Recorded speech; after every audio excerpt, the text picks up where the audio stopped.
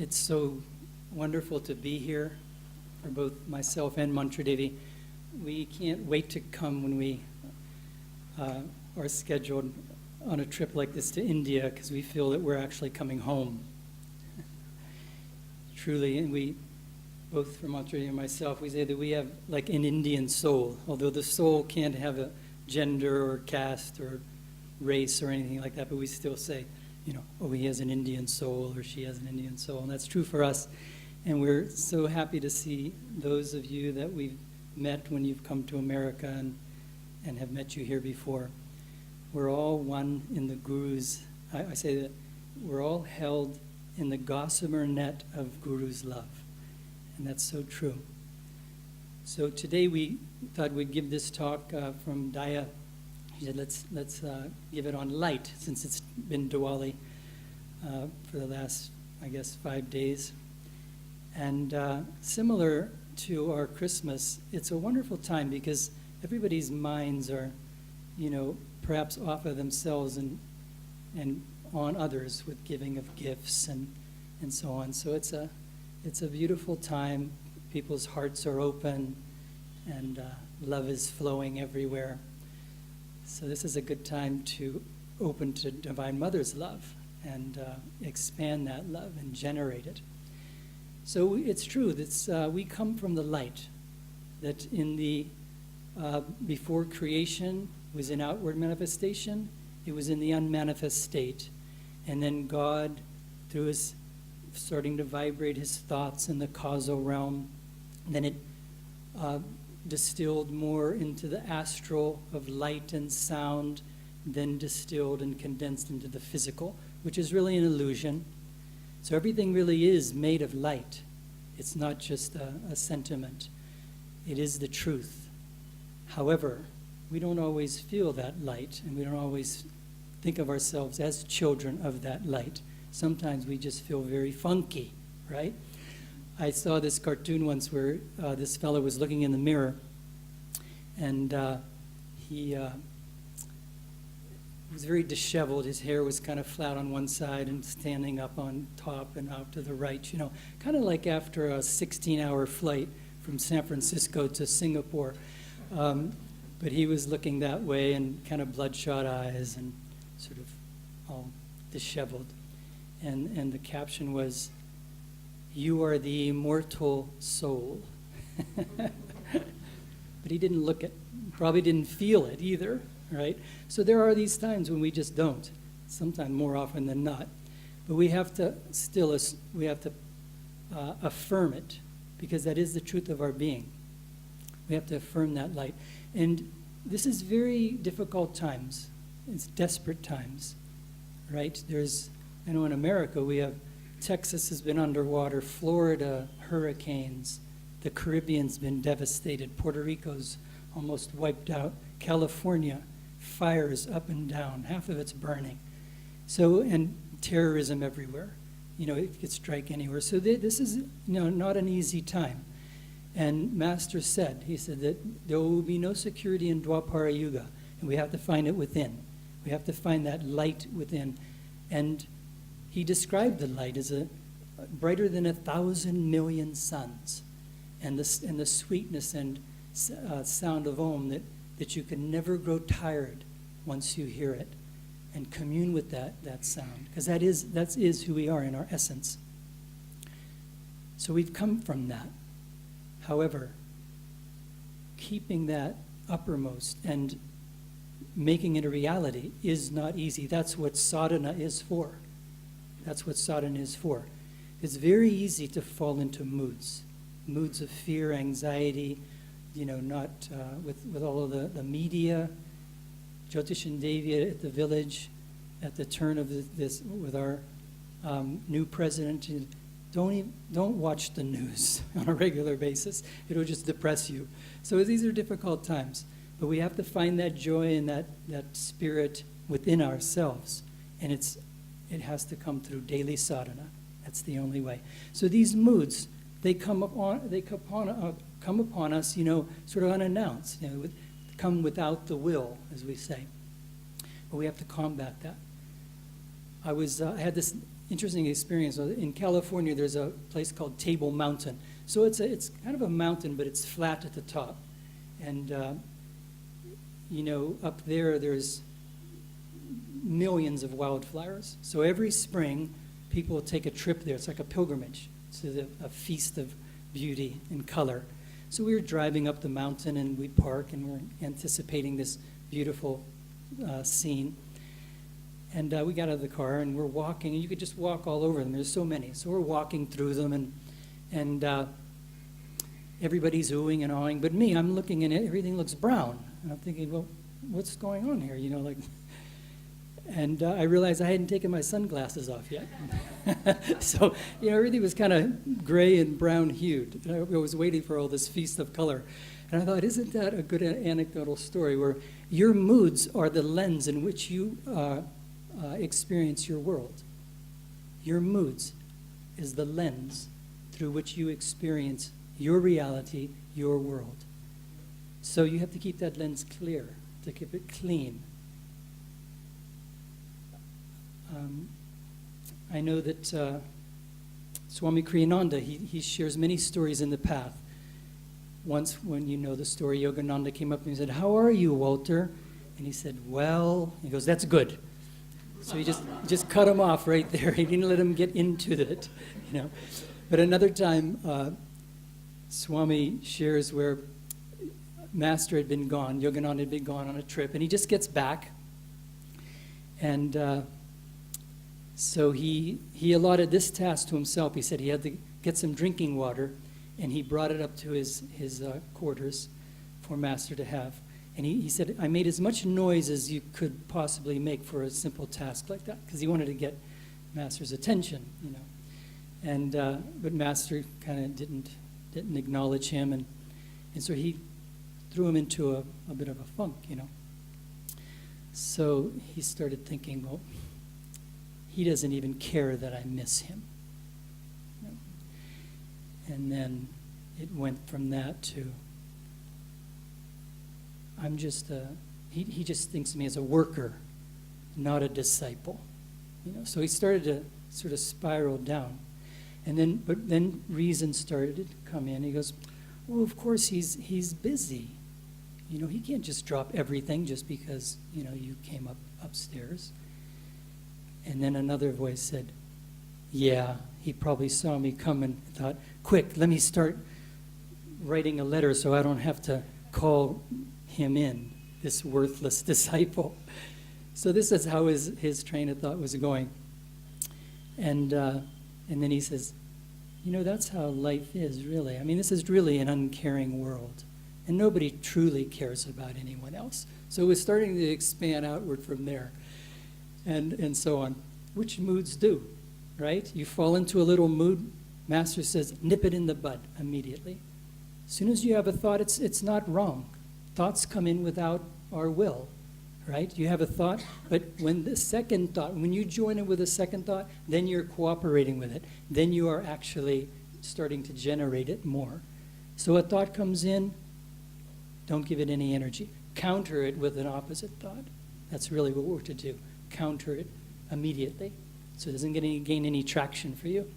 But anyway, so this is going on in Swami's mind, and he thinks, reason isn't getting me out of this. He recognizes this mood coming on. So he goes down into his meditation cave, and he threw his mind at the Kutastha Chaitanya, right, the point between the eyebrows.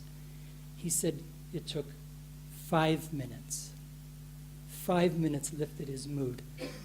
Because of course he's been traveling, he's busy, has to catch up on some things, and I know that he loves me and he cares for me.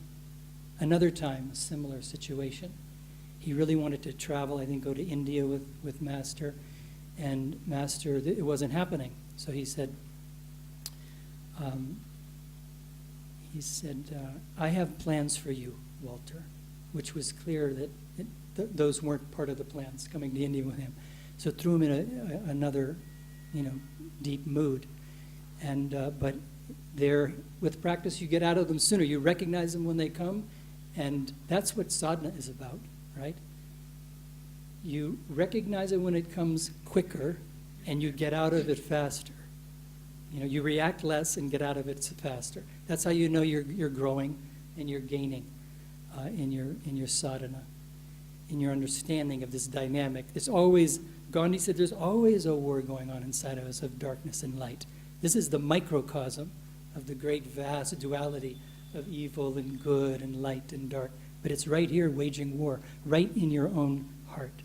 And we have to, there's where our battles should be fought, right within us. But so Swami got out of that mood as well. And then when he saw Yogananda, Yogananda said, no more moods now. Otherwise, how will you help people? And let's take that. Let's just take that, if nothing else. When we're in a mood, it contracts us, and we can't do our dharma. Our dharma is to link with God and Guru, bring the joy into our own consciousness, love into our own heart, and share it. We have two legs that move us forward. Meditation, service. It's your attitude of where you're at doing all of it. And I'll leave you with this one thought. Swami said in his writings, it was very powerful, and it really stuck out, and it stuck with me for forever. He said, in the final analysis, now he's talking about attitudes which would be to not give in to moods, keeping your attitude uplifted and high and expanding. He said, in the final analysis, attitude is everything.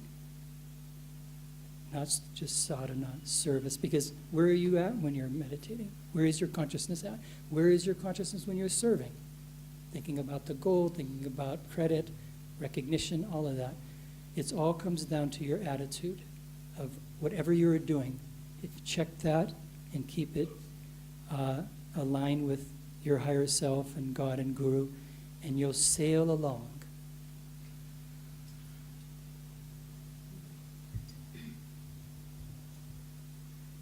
It is a joy to be here with you. Master is our Guru. Okay. The fact that we are children of light, and we don't know it most of the time. Our great Guru and Master, Sri Yoganandaji, commented, he said, sometimes I just see you as light. I see everyone as just light. So he would see all these little souls, the light of our souls, and it would be like this room is full of all these lights, some of them orange, some of them yellow, some of them green, but just that light of our soul, and see that. And that's what we forget often, of course, because as many of the things that Krishnadas said, we forget. We simply forget. But in order to become children of the light, we need to have first, Swami Kriyananda said, first of all, we have to want to become children of the light. We want to become that light. Now, all of us in this room have wanted to become that light and wanted to know God, or we wouldn't be here. We've sent out that call, God, I want you, I love you. And the next step to that is to commit to being that. Now, committing means what? It means action. So we need to do something about that. That commitment that, okay, now I'm ready to commit to doing what I need to do in order to find my goal as a child of God, to find realization. Then we need to work with our minds and the patterns of our minds. Now that's part of the technique of doing it. Swami Kriyananda, he said near the end of his life, he said, I don't know anymore where Yogananda ends and Swami Kriyananda begins. And he didn't just get that way. It didn't just happen. He worked at it. He said, in the beginning, I wanted to have every thought to be in tune with my Guru. And then he said, and then every emotion. And he said, eventually, I no longer knew where he began. He stopped and I began. So you see, our minds, working with that, that's the beginning. That's what we need to do in order to get where we want to go. Now, our minds are often that which keeps us from our goal, right? Or our minds reason and we start to think about things, or like the man who prayed. He said, "Dear God, I've sinned, but I have several good reasons about that." Don't our minds do that? I have these reasons, I have this, I want to do that. And, have you noticed how this world is made up of systems? Everywhere you look, there's a system. There's a system for this, there's a system. If you want to lose weight, you find a system that works with your diet and helps you with that goal. If you want to learn to play music, you find a system that will help you play music. We have systems all throughout our lives, and people right now are probably coming up with more systems. There's systems all the time because that's what helps our mind to do. Now, there's systems on how to be a better person, how to be happy, how to do this and that. And then many people are working with the system, the how to be unhappy system, and working diligently at it. You might ask them and say, and they'll say, "Oh yes, this system works very well. I'm learning how to be unhappy. And in fact, every day I am more stressed out and more happy or unhappy than I was the day before." Isn't it true? It's like, okay, we're working with that system. Now, and as Krishnadas mentioned, what's the difference? The energy is going up, the energy is going down. Yoga is so simple, so hard to do. The energy is going up, we feel better. The energy is going down, we feel worse. We're in a mood, we feel worse. So we need to work with our how to be happy system. And how do we do that? And there again, our master, our gurus, throughout the ages, Patanjali came up with a system, the Yoga Sutras, how to find God, how to realize your goal. Yoganandaji came up with the Yogoda system of self-realization. So there are many, many teachings, and we just need to follow them. And that's the first step. And of course, most important, meditation, service to others, and those are paramount. We need to do both because we have to go inward and bring the energy out. And then service brings our energy out into the world in order to purify ourselves by being a channel. That's very important. And then another very important thing is to see God in others. And that's kind of, the next step in working with, yes, we work with our emotions, we work with our thoughts, and try to always be positive. Try to be positive. What did Master say? He said, just he called it something, being positive all the time. And even take this into your most little details. When you write emails, put everything in the positive, rather than saying, for example, don't put the match to that, what do you call it? The camphor. Don't put the match to the camphor because we don't want to start a fire. Okay. Now you think, well, that's what I mean. But how about saying, if you put the match to the campfire, a fire will start and that will be disastrous for what, you wanted. Think about that. Even when you speak, put it in the positive. Put it in the positive. Because you see, that will start retraining yourself to always bring that energy up instead of letting it go down, even in the smallest way. And then seeing God in others. What that will do, Master said, is that will help you see God in yourself and then just see God. For you see, through our relationships with each other, we're learning about ourselves. And through our relationship to ourselves, we're learning about our relationship to God.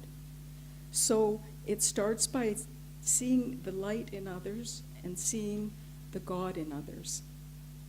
And by doing that, I remember years ago, I worked with myself with this, because having an analytical type mind that likes to figure things out, and I would, when you see people, sometimes you're sort of comparing and analyzing, maybe judging, that person is this way, that person is that way.